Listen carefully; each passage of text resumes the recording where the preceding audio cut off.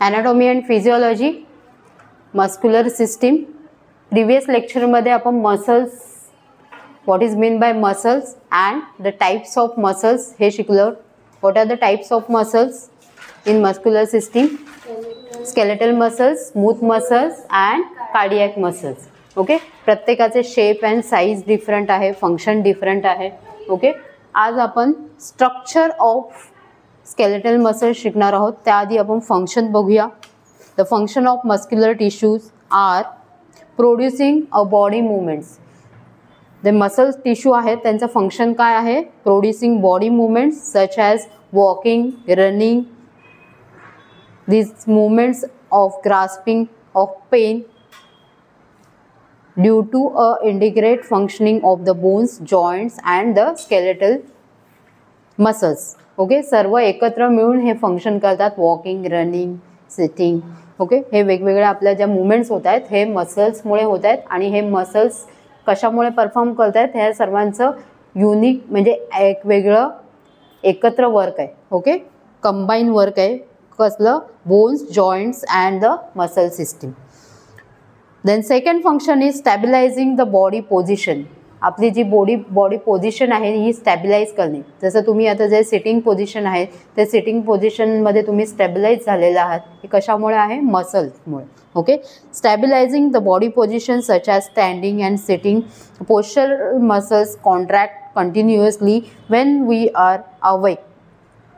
For example, the contraction of neck muscles hold the neck, hold the head.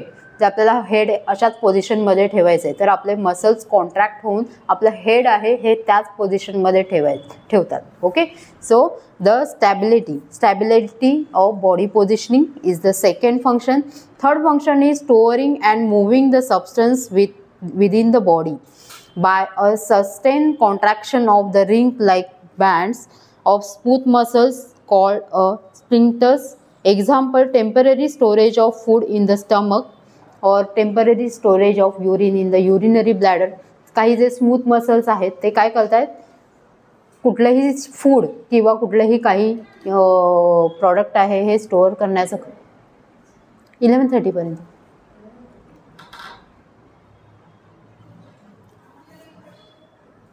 कुठलीही गोष्ट साठवून ठेवण्याचं काम करतात. ओके, जसं स्टमक आहे, स्टमकमध्ये आतमध्ये स्मूथ मसल्स आहेत ते आपलं जेवढं जेवण असतं ते तिथे साठवलं जातं स्टमकमध्ये. युरिन आहे, युरिन आपल्याला काही कंटिन्यू पास नाही करावं लागत. ठराविक वेळेपर्यंत युरिन साठवण्याची कॅपॅसिटी युरिनरी ब्लॅडरमध्ये आहे. ते कशामुळे आहे? स्मूथ मसल्समुळे. Okay, so storing and moving the substance from within the body.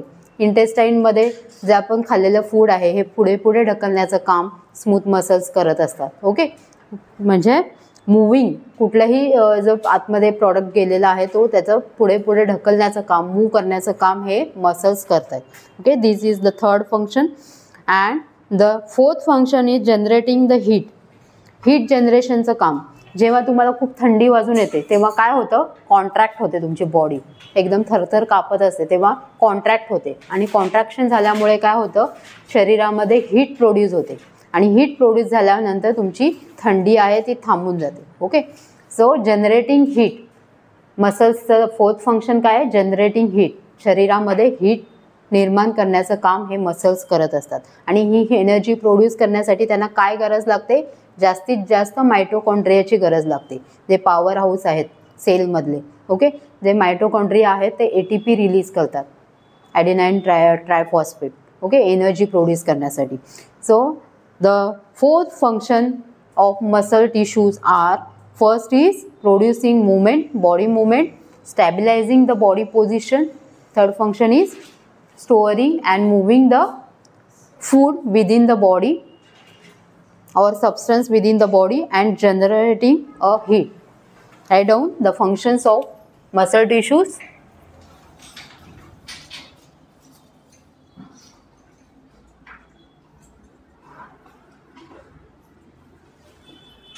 First,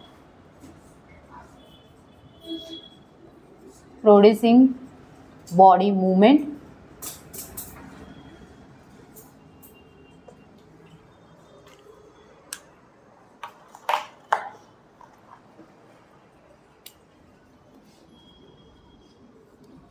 such as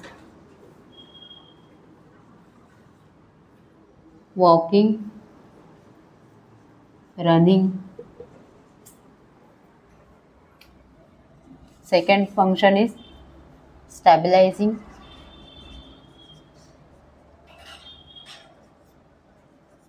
body position,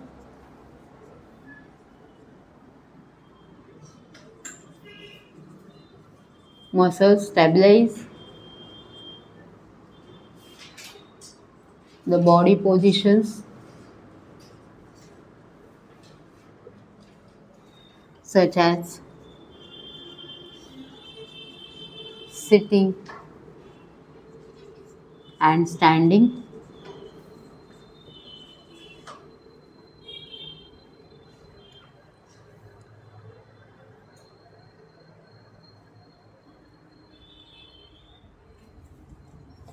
Third function is storing and moving the substance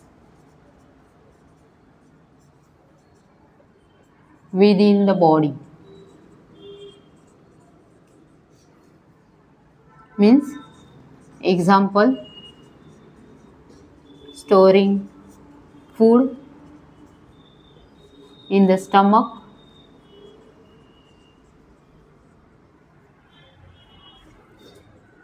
urine in urinary bladder,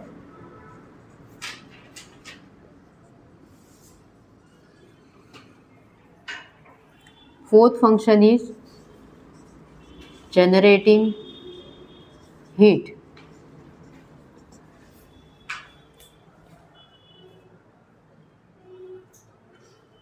याला काय बोलणार? Thermogenesis.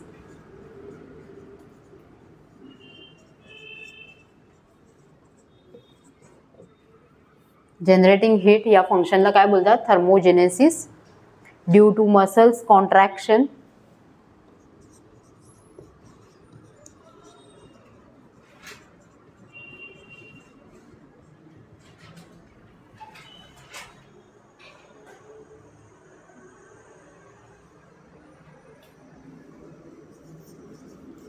generating heat within the body.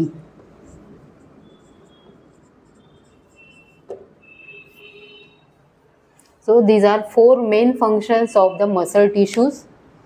The properties of muscular tissues are electrical excitability. It means it is ability to respond to a certain stimuli by producing a electrical signals called a action potential. Two main types of stimuli trigger action potential in the muscles. Autolytic means electrical signs arising in the muscle tissues itself. Means heart. Okay, जसं heart स्वतःहून contract होत आहे, relax होत आहे, contract होत आहे, relax होत आहे, याला बोलणार ऑटोरायटिक फंक्शन ऑफ मसल्स. म्हणजे ऑटोमॅटिकली फंक्शन होते. This is the electrical intensivity of the muscle tissues. म्हणजे त्यांची एक स्वतःची एक इलेक्ट्रिकल इम्पल्स ते जनरेट करतायत heart muscles. Okay, cardiac muscles काय करतात? स्वतःचं वेगळं इलेक्ट्रिकल त्यांचं जंक्शन आहे. कोणते कोणते जंक्शन आहेत इलेक्ट्रिकल हार्टमध्ये? SA नोड आहे, AV नोड आहे, बंडल ऑफ ब्रांच आहेत. ओके, हे सर्व काय इलेक्ट्रिकल इम्पल्स प्रोड्यूस करतात, जेणेकरून हार्ट कॉन्ट्रॅक्ट होते, रिलॅक्स होते, कॉन्ट्रॅक्ट रिलॅक्स. यामुळे काय होतं? हार्टमधलं जे ब्लड असतं ते पंप आउट होते. ओके, कॉन्ट्रॅक्ट झाल्यानंतर जे चेंबर्समधलं ब्लड असतं ते पंप आउट होतं बाहेर, आणि रिलॅक्स झाल्यानंतर परत ते फील्ड होतं. ओके, हार्टमध्ये चेंबर पूर्ण फुल भरले जातात रिलॅक्स झाल्यानंतर. सो हे काय बोलतात? त्याला electrical conductivity of the heart. Okay, so first property of muscle is electrical excitability. Second property is contractility. Contractility म्हणजे कॉन्ट्रॅक्ट होणे. कुठलेही मसल्स आपण हात वगैरे हलवतोय किंवा एखाद्याला आपलं बायसेप ट्रायसेप दाखवतंय, ते कॉन्ट्रॅक्ट होत आहेत मसल्स. ओके, दाखवताना. The contractility is the specialised property of the muscles which generate a tension which is pulling on the attachment points, आपण एखादा ऑब्जेक्ट खेचतोय किंवा पुश करतोय तेव्हा आपले मसल्स काय होत आहेत, कॉन्ट्रॅक्ट होत आहेत. The third property is extensibility. It allows the muscles to contract forcefully even if it is already stretch. एकदम स्ट्रेच केले तरी पण आपल्याला खूप जोर लावून धक्का म्हणजे खूप वजनदार वस्तू खूप ढकलायची आहे किंवा खेचायची आहे, अशा वेळेला आपण एक्स्ट्रा फोर्स लावतो. ओके, एक्स्ट्रा फोर्स लावताना हे काय करतात, मसल जास्त स्ट्रेच होतात. सो याला प्रॉपर्टीला बोलतात extensibility. And the fourth property is elasticity. जे स्ट्रेच झालेले मसल्स आहेत ते परत पूर्ववत तसेच येतात, जसं रबर बँड आहे.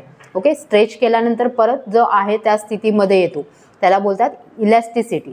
ओके, ही इज द फोर्थ प्रॉपर्टी. कोणत्या कोणत्या प्रॉपर्टीज आहेत मसल टिश्यूचे? Electrical conductivity, then contractility and extensibility, and fourth property is elasticity. या सर्व प्रॉपर्टीज कसल्या आहेत मसल टिश्यूच्या. मसल टिश्यू म्हणजे हे त्याची एक स्पेशलाइज प्रॉपर्टी आहे, त्याला बोलतात कॉन्ट्रॅक्टिलिटी. ही जास्तीत जास्त आपल्या शरीरात यूज होते. They are specialise for contraction. Okay, muscle tissue हे लांब लांब सेल्सने बनलेले. आपले जे सेल आहे ते राऊंड शेप आहे, इरेग्युलर शेप आहेत, पण हे मसल्समध्ये जे सेल आहेत हे लांब लांब धाग्यांसारखे आहेत. ओके, एका तंतुमय धाग्यांसारखे सेल्स आहेत या मसल टिश्यूमध्ये, म्हणून त्याला फायबर बोललेले आहेत, मसल फायबर बोललं जातं. ओके, सो याचं जे स्ट्रक्चर आहे हे मसल फायबर्ससारखं आहे, जे बोन्सला अटॅच असतं. आणि यामध्ये मसल्स अँड बोनमध्ये जे अटॅच करणारा जो दुवा आहे त्याला काय बोलतात, टेंडन. ओके, टेंडन. सो हे मसल्स आहेत, मसल्समध्ये मसल फायबर्स आहेत, एकदम फाईन फायबर्स आहेत, एकदम तंतुमय धागे आहेत यामध्ये. सेल हा पूर्ण लांबलचक सेल आहे या मसल टिश्यूमध्ये. ओके, जर आपण याचं क्रॉस सेक्शन बघितलं तर ह्यामध्ये तुम्हाला बंडल्स दिसणार आहेत. ओके, गोल गोल बंडल्स दिसणार आहेत, आणि त्या बंडल्समध्ये 100 to 1000 सेल्स आहेत, मसल सेल्स. ओके, हे बंडल्स आहेत, यांना बोलणार फॅसिकल. ओके, फॅसिकल हे जे मसल टिश्यू आहे त्याचं स्वतःचं एक कनेक्टिव्ह कवरिंग आहे.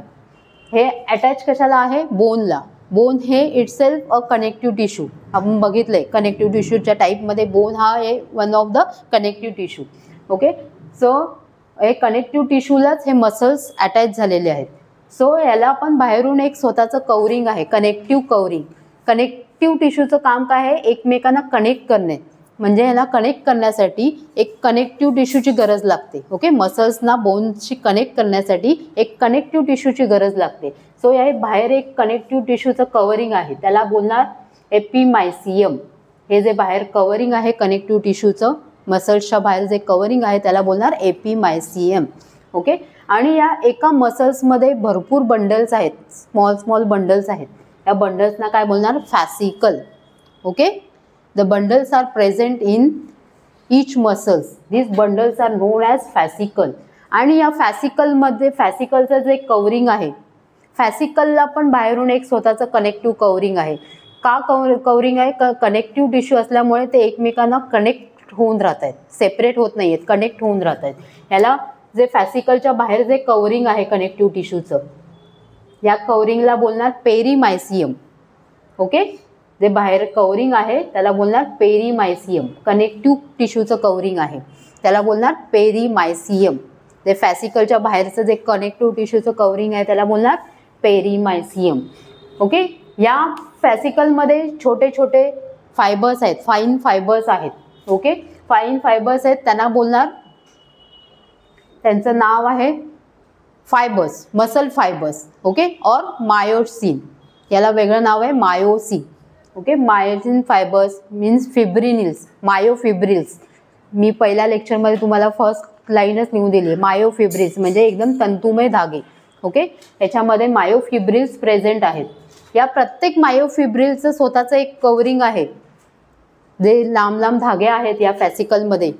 ओके, ते त्याचं एक सिंगल स्ट्रक्चर आपण घेतलं आहे आतमध्ये. जे फॅसिकलमध्ये ते एक सिंगल सेलचं स्ट्रक्चर इथे नंतर दाखवलं आहे. ओके, या त्याचं एक स्वतःचं एक कवरिंग आहे, त्याला बोलणार एंडोमायसियम. ओके, आतमध्ये जे मायोफिब्रिल्स आहेत त्याचं स्वतःचं एक कनेक्टिव्ह टिश्यूचं कवरिंग आहे, त्याला बोलणार एंडोमायसियम. ओके, मायोफिब्रिल्स आहेत, मायोफिब्रिल्सचं एक स्वतःचं कवरिंग आहे, त्याला बोलणार एंडोमायसियम. यामध्ये कन्फ्यूज व्हायचं नाही आहे, हे पूर्ण मसल आहे. मसल्स छोटे छोटे फॅसिकल्सनी बनलेले आहेत. या मसलचं स्वतःचं एक कवरिंग आहे, त्याला बोलणार एपिमायसियम. फॅसिकलचं एक स्वतःचं कवरिंग आहे, त्याला बोलणार पेरिमायसियम. आणि या फॅसिकलमध्ये पण स्मॉल स्मॉल तंतुमय धागे आहेत, त्याला मायोफिब्रिल्स बोलणार. आणि या मायोफिब्रिल्समध्ये त्यांचं एक स्वतःचं कवरिंग आहे, त्याला बोलणार एंडोमायसियम. ओके, हे आहे स्ट्रक्चर मसलचं, स्केलेटल मसलचं स्ट्रक्चर. ओके, ट्रान्सवर्स सेक्शन घेतलाय आणि ट्रान्सवर्स सेक्शनचं हे स्ट्रक्चर आहे. आता आपण हे सेपरेटली बघूया. यामध्ये जे मायोफिब्रिल्स आहेत ते सेपरेटली मी इथे दिले. याचं स्ट्रक्चर आहे एखाद्या सेलसारखं. सेलला बाहेरचं कवरिंग आहे, त्याला काय बोलतात, सेलच्या बाहेरच्या कवरिंगला प्लाझ्मा मेम्ब्रेन. ओके, याचं पण एक प्लाझ्मा मेम्ब्रेन आहे, पण या प्लाझ्मा मेम्ब्रेनला नाव काय आहे, सार्कोलेमा. ओके, हे जे सेल आहे स्केलेटल मसलचं सेल आहे. ओके, या भरपूर सेलनी एक टिश्यू तयार होतो, एवढं माहिती आहे तुम्हाला. ओके, हे भरपूर सेल एकत्र आल्यानंतर एक फॅसिकल तयार झालेलं आहे. ओके, भरपूर सारे फॅसिकल एकत्र आल्यानंतर एक मसल टिश्यू तयार झालेलं आहे. ठीक आहे, सो हे मसल सेल आहे. मसल सेलचं बाहेरचं प्लाझ्मा मेम्ब्रेन आहे, त्याला नाव काय आहे, सार्कोलेमा. Okay, sarcolemma. आणि याच्यामध्ये पण सायटोप्लाझम प्रेझेंट आहे. या सायटोप्लाझमला नाव आहे सार्कोप्लाझ्मा. ओके, सार्कोप्लाझ्मा. सायटोप्लाझम हे लिक्विड स्ट्रक्चर आहे, तसंच हे पण लिक्विड स्ट्रक्चर आहे आणि या लिक्विड स्ट्रक्चरला नाव आहे सार्कोप्लाझ्मा. आता ह्या मसल्समध्ये हे बँड्स दिसत आहेत तुम्हाला, डार्क अँड लाईट बँड्स.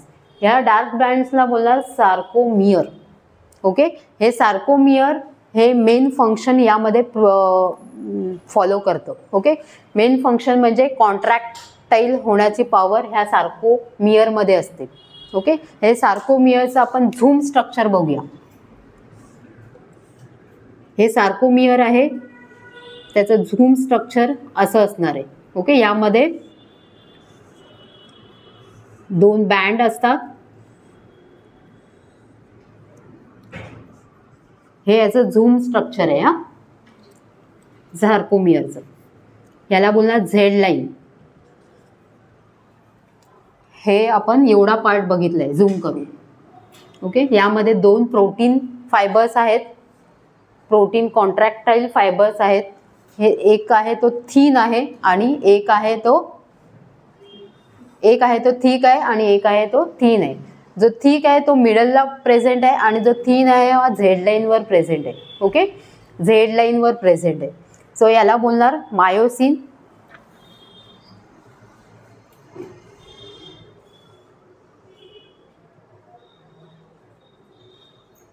आणि या बँडला बोलणार ॲक्टिन. हे एकमेकांना असे ओव्हरलॅप आहेत. ओके, 2 मार्कर जसे दाखवले आहेत त्याप्रमाणे या ज्या सार्कोमियरमध्ये हे 2 बँड प्रेझेंट आहेत. प्रोटीन बँड बोलणार आणि हे कॉन्ट्रॅक्टाईल बँड आहेत. ओके, एक आहे तो जास्त जाड आहे आणि जास्त थिक दिसतोय तुम्हाला आणि एक आहे तो थिन आहे आणि थिन आहे तो झेड लाईनवर प्रेझेंट आहे. या प्रकारे हे कॉन्ट्रॅक्टाईल फायबर्स प्रेझेंट आहेत, ओव्हरलॅप आहेत एकमेकांना. जेव्हा मसल कॉन्ट्रॅक्ट होतं तेव्हा हे पूर्ण एकमेकांवरती येतात. ओके, म्हणजे मसलची साईज काय होते, कमी होते. ओके, कॉन्ट्रॅक्ट होतं मसल्स आणि जेव्हा जास्त स्ट्रेच करतो आपण मसल्स ते एकमेकांपासून दूर जातात. ठीक आहे, सो मेन फंक्शन कोण फॉलो करतं यामध्ये मसल्समध्ये, सार्कोमियर. ओके, सार्कोमियरमध्ये हे जे प्रोटीन फायबर्स आहेत हे मसल कॉन्ट्रॅक्शनचं काम करतात. त्यामध्ये 2 लाईन आहेत, मायोसिन आणि ॲक्टिन. आणि हे बाजूचं जे लाईन आहे त्यांची बॉर्डर लाईन त्याला झेड लाईन बोलली जाते. ठीक आहे, हे आपण झूम स्ट्रक्चर ह्याचं घेतलंय सार्कोमियरचं. कळलंय एवढं. जेव्हा मसल कॉन्ट्रॅक्ट होतात तेव्हा हे एकमेकांवर येतात 2 लाईन्स आणि जेव्हा पूर्ण रिलॅक्स झालेले असतात ते परत स्वतःच्या ओव्हरलॅप स्थितीत येतात आणि जास्त आपण स्ट्रेच करतो तेव्हा जास्त स्ट्रेच होतात. ठीक आहे, कळलंय एवढं बँडचं. Right down. The structure of muscle, skeletal muscles.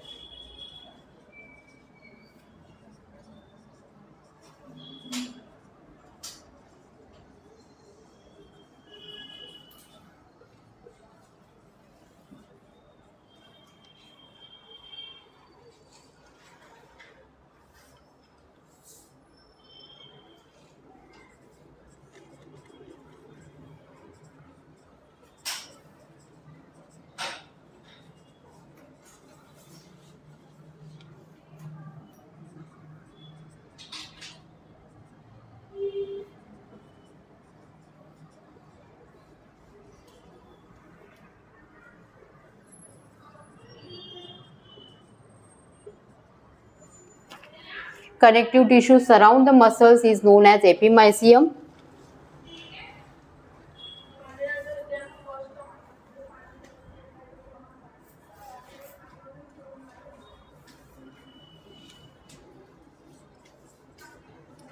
Inside the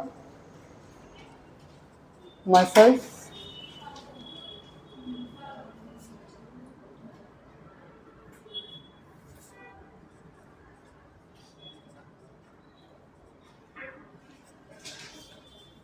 bundles are present known as fascicle.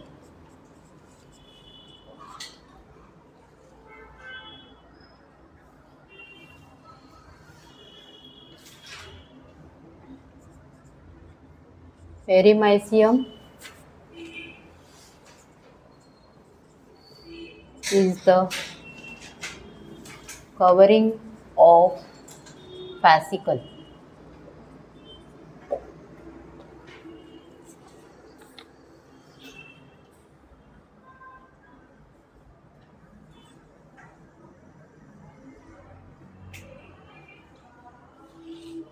And endomysium inside the fascicle,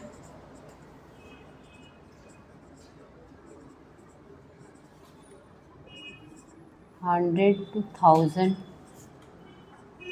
muscle fibers are present.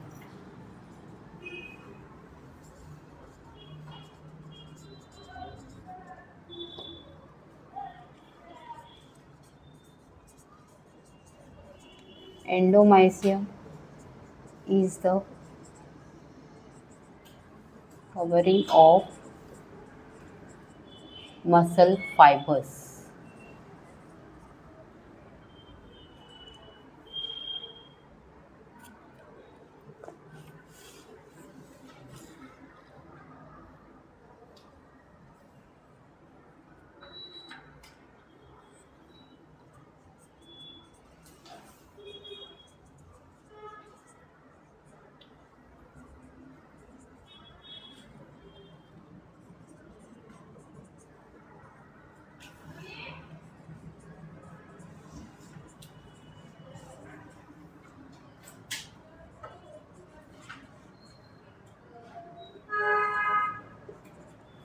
Each muscle fibers contain 100 of myofibrils.